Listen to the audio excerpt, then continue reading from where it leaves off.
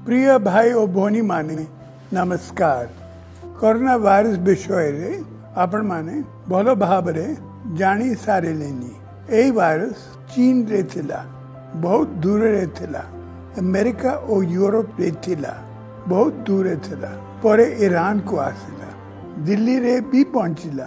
एबे एही वायरस हम घर पाखरे पहुंचुची।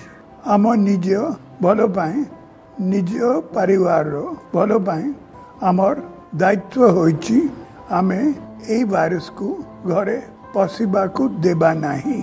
सेथि पाए ए लॉकडाउन गत 20 वर्षर सेवा मध्य रे मु मोर प्रिय ओडिशावासी को निकट रे अनेक अनुरोध रखिछि।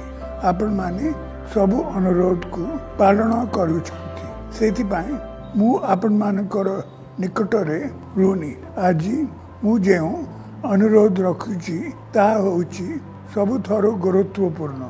आज मु आपण को निकट रे मो जीवन कार्यक्रम रखुछि। आपण और आपण परिवार सुरक्षा आपण को हाथ रे। कोरोना वायरस आपण को घर को आसीबा न आसीबा आपण को व्यवहार उपरे निर्भर करूछि। आपण सावधान रहिले या आपण घर भीतर को पशि पारिबो नाही। मो जीवन कार्यक्रम रे आपण माने प्रतिदिन यही शब्द पाठ करंतु।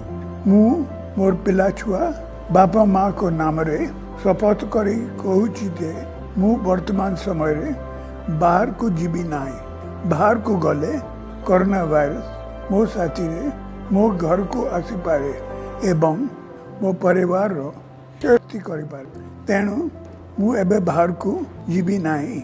जदि जरूरी काम रे जीवी तेबे फेरिबा समय रे साबुन रे भल भाव रे 20 सेकंड पर्यंत हाथ धोई घर को पशिबी। कोरोना वायरस को केबे भी मो घरे पशिबा को देबी नाही। मोर परिवार पाए विपद रो कारण हेबी नाही। एही शपथ को आपण परिवार सह पाठ करंतु। निज घर रे एंट्रेंस रे यहा को लगांतु एवं वीडियो करी सोशल मीडिया रे मो पाख को पठांतु। मोर प्रिय ओडिशावासी आपण माने मोर एही अनुरोध रखंतु।